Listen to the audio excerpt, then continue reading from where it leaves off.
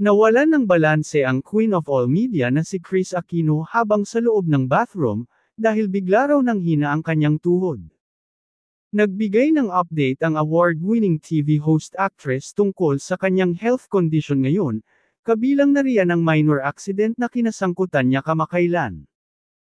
Sa Facebook post ng confidante at malapit na kaibigan ni Kris na si Kuya Dindo Balares, dating tabloid entertainment editor, makikita ang latest photos ni Kris.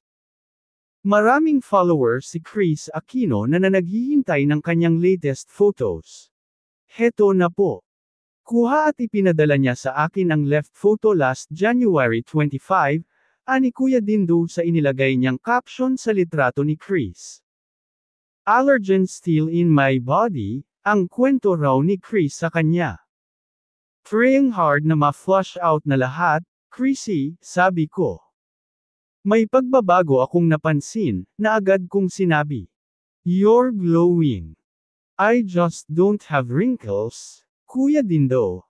Ang reply daw sa kanya ng nanay nina Joshua at Bimbi. Pagpapatuloy pa ni Kuya Dindo, last Sunday, habang nasa Pasita Mansion ako sa vegan kasama ang media friends, ipinadala naman niya ang photo na nasa kanan. In between the said dates, lagi siyang may struggle sa kalusugan, at iniiyakan ang kanyang severe body pains.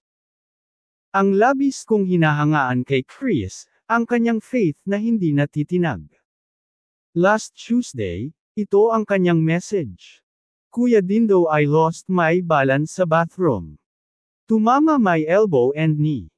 Parang biglang nanghina my left knee, so I hit the marble wall. Praise God when I shouted beam, he jumped from the bed and daig niya ang action stars, kasi siya less than 5 seconds from when I shouted he was there. Na-prevent niya my head slamming into the marble wall. Beam is my hero. Dagdag pa ni Kris Aquino, pangit my latest blood test results. More prayers.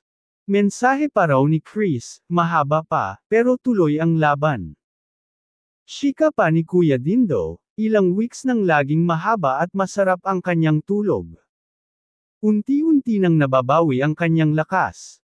Lagit-lagi, walang hanggang pasasalamat po sa mga nangungumusta at nagdarasal, para sa tuluyang paggaling ni Chrissy.